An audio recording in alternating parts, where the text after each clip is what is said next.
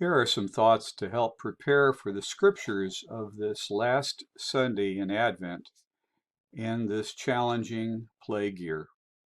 We're now in the second phase of Advent preparations, into the time when we focus on the Blessed Virgin Mary, on Jesus, and of course, now on the King of Israel, David. In the Old Testament lesson, David is at peace after years of conflict, and he's gotten comfortable. That gets him into big trouble later on, but for now he is feeling, as he sees it, generous.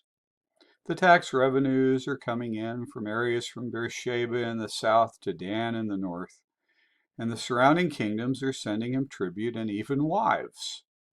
That latter gets him, and especially his son, into trouble later, but now he wants to do something for the one who has given him everything. So he proposes to build a temple for the Lord. Why should all the surrounding kingdoms have lavish temples for their phony gods, while the temple of the true God, the Lord, is literally a tent? And the prophet Nathan, who's probably gotten comfortable too, says, without consulting God, "Sure, King, do as you plan. The Lord is with you." But God has other plans. He actually says in the long version, "I have not dwelt in a house from the day I brought the Israelites up out of Egypt to this day. I have been moving from place to place with a tent as my dwelling.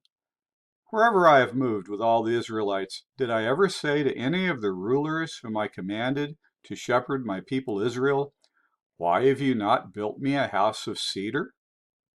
He reminds David that everything the world is attributing to David has actually been the work of the Lord, and that he himself was making David's name great among the nations.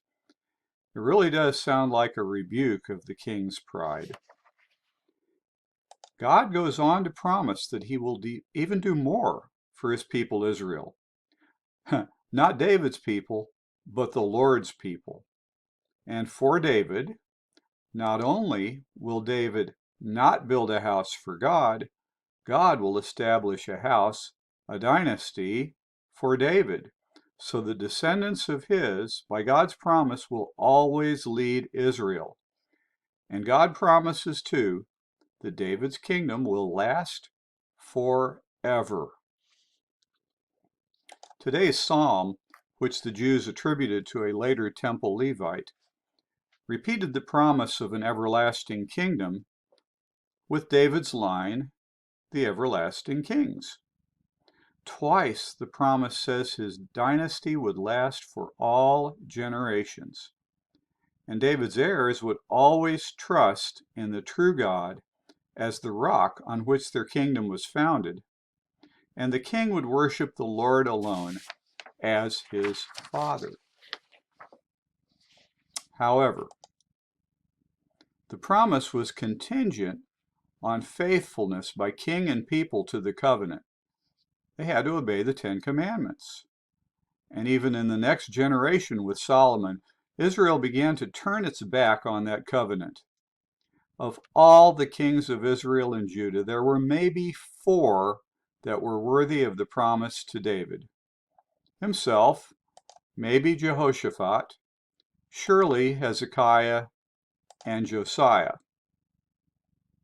But Hezekiah's son was the worst leader in human history, a total infidel. And after Josiah, nothing but corrupt politicians. Zedekiah, the last, he lived to see all of his progeny executed by the Babylonians when the city fell. Then they blinded him, and that made him ineligible in any culture to be a king. He was led off to Babylon with the best of his people, and no Davidic descendant ever sat after that time as king of the Jews, with one notable exception. The New Testament selection from St. Paul's letter to the Romans, once we know what's coming next, is almost like a drum roll for the gospel. You see, the problem with the Davidic dynasty, which is also the problem with me and every other human being, is disobedience. We know God's expectations, His commandments. And from Adam all the way down to me and you, we think we know better. All have sinned and fallen short until Jesus Christ, who was obedient all the way to death. In Jesus, we can bring about the obedience of faith in ourselves through His graces won on the cross. And so, in the 6th month of Elizabeth's pregnancy with John the Baptist, the Virgin Mary was probably at prayer, the fathers of the church tell us that, when she had the most important vision in human history.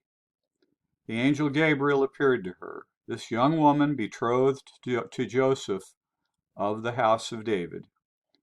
And he calls her full of grace and says those awesome words, "The Lord is with you."